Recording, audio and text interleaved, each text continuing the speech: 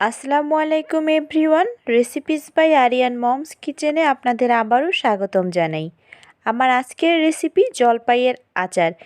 বছরের এই সিজনটাতে বাজারে প্রচুর পরিমাণে ফ্রেশ জলপাই পাওয়া যায়, আর এভাবে জলপাইয়ের টকঝাল মিষ্টি আচার বানিয়ে সারা বছর জুড়ে খেতে পারবেন অনায়াসে। ভিডিওতে খুব সহজভাবে আচারটি বানিয়ে দেখানোর চেষ্টা করেছি। জলপাইয়ের আচার বানানোর জন্য আমি এখানে প্রায় 2 কেজি পরিমাণে ফ্রেশ জলপাই নিয়েছি। জলপাইয়ের মধ্যে বিভিন্ন অংশে যে কালো দাগগুলো থাকে সেগুলো আমি ছুরি দিয়ে বেশ ভালো করে কেটে পরিষ্কার করে নিয়েছি। এবারে একটা কড়াই চুলায় বসিয়ে জলপাইগুলো সিদ্ধ হতে দিয়ে দেব। সিদ্ধ হওয়ার পরে জলপাইয়ের কালারটা যেন কালচে না হয়ে যায়, এজন্য প্রায় 1 চা চামচ পরিমাণ হলুদের গুঁড়ো দিয়ে দেব।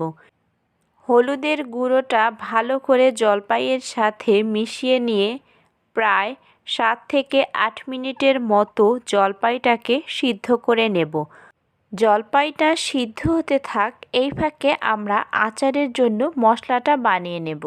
মশলার জন্য এখানে নিয়েছি প্রায় 3 টেবিল চামচ পরিমাণ আস্ত ধনিয়া, 2 টেবিল চামচ পরিমাণ জিরা, 2 টেবিল চামচ পরিমাণ পাঁচফোড়ন, 7টি শুকনা মরিচ। মশলাগুলো এবারে শুকনো খোলায় একটু ভালো করে টেলে নেব। মশলা ভাজার জন্য একটা ফ্রাই প্যানে প্রথমে শুকনো মরিচগুলো দিয়ে দেব। শুকনো মরিচটা একদম লো ফ্লেমে একটু সময় নিয়ে ভাজবো। শুকনো মরিচটা ভাজতে যেহেতু একটু বেশি সময় লাগে, তাই প্রথমে শুকনো মরিচটা কিছুক্ষণ ভেজে একে একে গোটা ধনিয়া, জিরা এবং পাঁচফোড়নটা দিয়েও ভালো করে ভেজে নেব। মশলা ভাজার সময় খেয়াল রাখতে হবে চুলার আঁচটা যেন লো ফ্লেমে থাকে, তা না হলে মশলা পুড়ে যাবার সম্ভাবনা থাকে। এখানে আমি 2 কেজি পরিমাণ জলপাইয়ের জন্য সব মশলার পরিমাপ উল্লেখ করে দিয়েছি।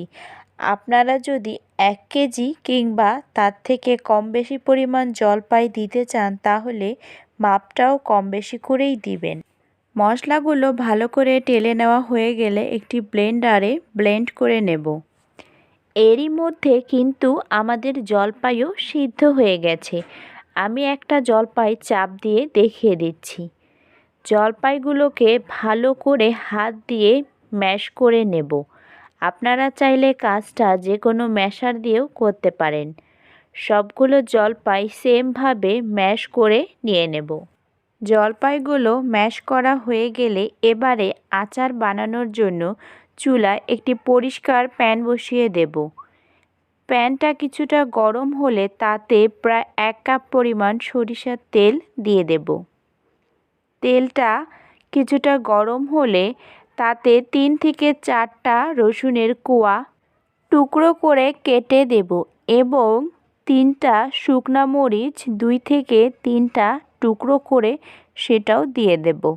সাথে একটি তেজপাতা এবং 1 চা চামচ পরিমাণ রসুন বাটা দিয়ে সবগুলো মশলাকে প্রায় 1 মিনিটের মতো ভালো করে ভেজে নেব। মশলাগুলো তেলে ভালো করে ভাজা হয়ে গেলে, অর্থাৎ রসুন থেকে সুন্দর একটি স্মেল বেরিয়ে আসলে আগে থেকে ম্যাশ করে রাখা জলপাইগুলো দিয়ে ভালো করে মশলার সাথে নেড়েচেড়ে মিশিয়ে নেব। জলপাইটা তেলের মধ্যে দিয়ে চুলার আঁচটা মিডিয়াম টু লো ফ্লেমে রেখে 2 থেকে 3 মিনিটের মতো ভালো করে ভেজে নেব। 2 থেকে 3 মিনিট পরে এখানে 2 কেজি জলপাইয়ের জন্য আমি 2 কাপ পরিমাণ চিনি দিয়ে দেব।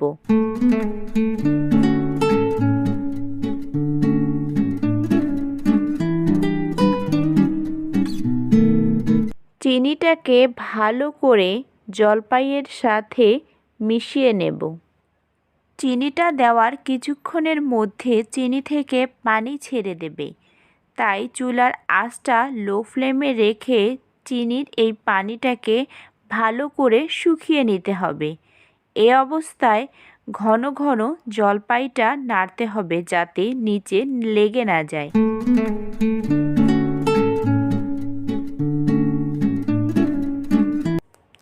এবারে জলপাইয়ে প্রায় 2 চা চামচ পরিমাণে লবণ দিয়ে দেব। জলপাইয়ের এই আচারটা বানানোর সময় চেষ্টা করবেন চুলার পাশেই দাঁড়িয়ে থাকতে এবং কিছুক্ষণ পর পর একটু নেড়ে দিতে। এবারে আগে থেকে যে মশলাটা গুঁড়ো করে রেখেছিলাম সেই মশলাটা সম্পূর্ণ আচারের মধ্যে দিয়ে ভালো করে নেড়ে চেড়ে মিশিয়ে নেব। জলপাইটা প্রায় অনেকটা শুকিয়ে আসলে এবারে এখানে হাফ কাপ পরিমাণ ভিনেগার দিয়ে দেব। অনেকেই বলেন ভিনেগারটা না দিলে হয় না, কিন্তু আচারটা যেহেতু সারা বছর জুড়ে সংরক্ষণ করব, তাই ভিনেগারটা অবশ্যই দেওয়ার চেষ্টা করবেন, কারণ ভিনেগারটা এখানে প্রিজারভেটিভস হিসেবে কাজ করবে। বেশ অনেকক্ষণ সময় নিয়ে জাল দিতে দিতে কিন্তু আচারের পানি একদম শুকিয়ে এসেছে এবং আচারের কালারটাও চেঞ্জ হয়ে এসেছে। এই অবস্থায় আচারটাকে আরও 2 থেকে 3 ঘন্টা রেখে দেব, তাহলে আচারটা আরও টাইট হয়ে আসবে। 2 থেকে 3 ঘন্টা পরে আমার আচারের ফাইনাল লুকটা দেখিয়ে দিচ্ছি। মাশাআল্লাহ, আচারটা দেখতে যেমন লোভনীয় হয়েছে, খেতেও কিন্তু বেশ সুস্বাদু হয়েছে। আপনারাও এভাবে জলপাইয়ের টক ঝাল মিষ্টি আচার বানিয়ে খেতে পারবেন এবং সারা বছর জুড়ে সংরক্ষণ করতে পারবেন অনায়াসে। এই আচারটা রোদে দেওয়ারও তেমন ঝামেলা নেই। ভিডিওটি ভালো লাগলে প্লিজ একটি লাইক করে দিবেন। চ্যানেলটিকে সাবস্ক্রাইব করে পাশে থাকা বেল বাটনের অল অপশনটিকে প্রেস করে দিবেন, যাতে আমি কোনো ভিডিও ছাড়ার সাথে সাথেই আপনি নোটিফিকেশন পেয়ে যান। যারা অলরেডি কাজটি করে ফেলেছেন তাদেরকে অসংখ্য ধন্যবাদ। আজকে এ পর্যন্তই।